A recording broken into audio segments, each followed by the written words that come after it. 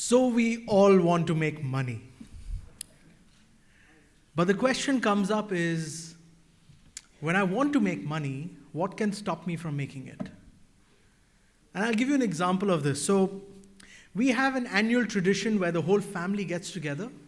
And this year it was my responsibility to organize that event. And the interesting part was, because it's a usual event, I mean, standard, the family gets together, there's food, the kids are playing, the pets are running around. So basically, it's the standard family event. It's planned months in advance, so everyone knows which date it is. So it was fixed months in advance. The food was prepared, everything was done.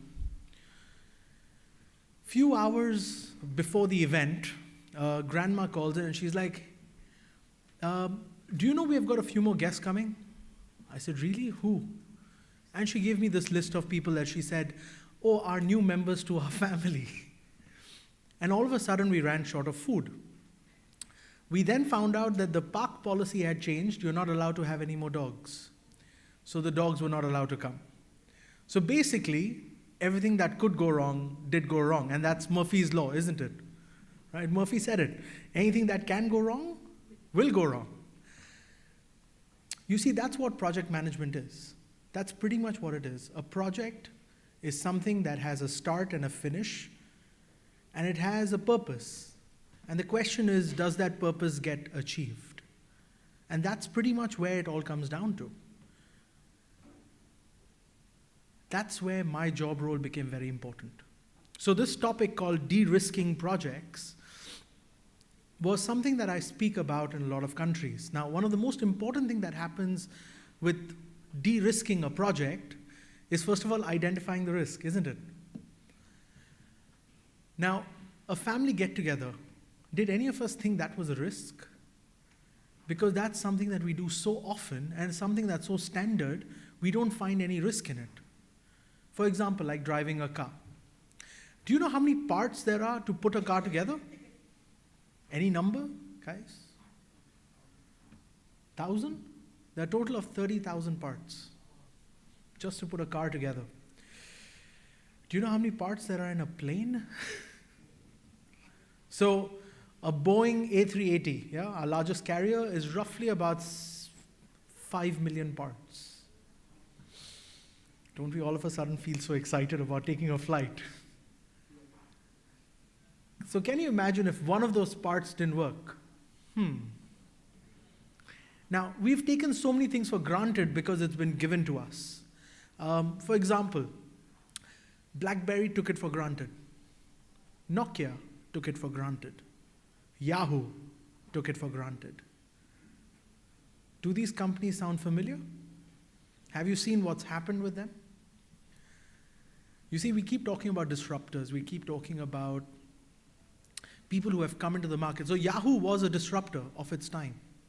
BlackBerry was a disruptor of its time.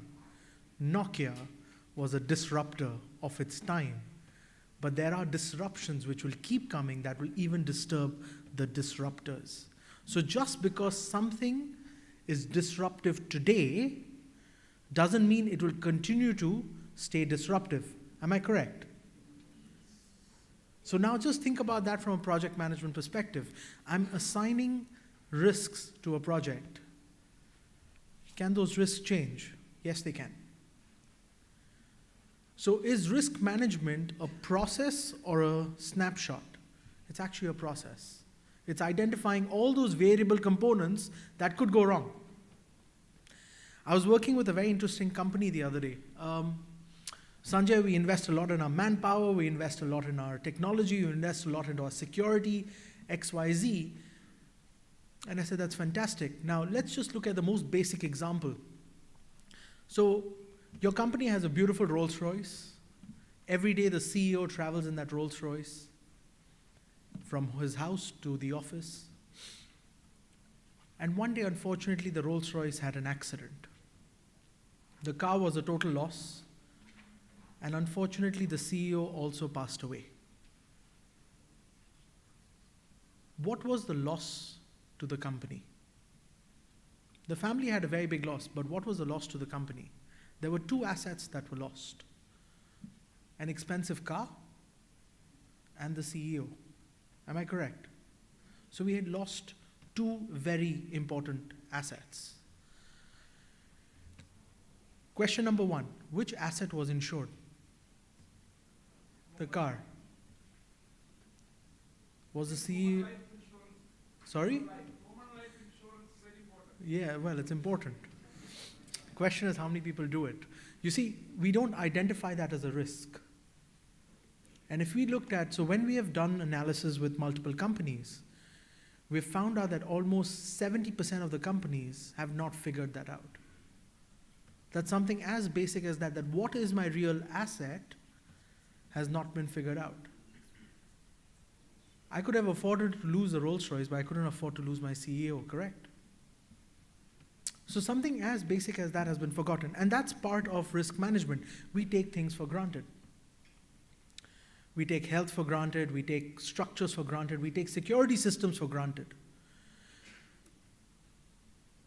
We have now got a new threat that's come up. Things that a lot of people don't even understand. It's called cyber risk. So I met a client the other day, told me a very interesting thing. He said, Sanjay, I have nothing to hide. What identity of mine can they steal? I have nothing to hide. My identity is not that important. I'm not somebody.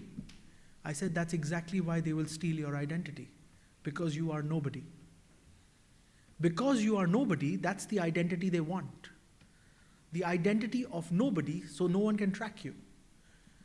They will never steal the identity of a well-known person. Hackers are always looking at stealing identity of unknown people, because that I can duplicate, replicate so many times that will confuse the system. So I actually want your identity. And the ones that have taken the precautions are the big guys.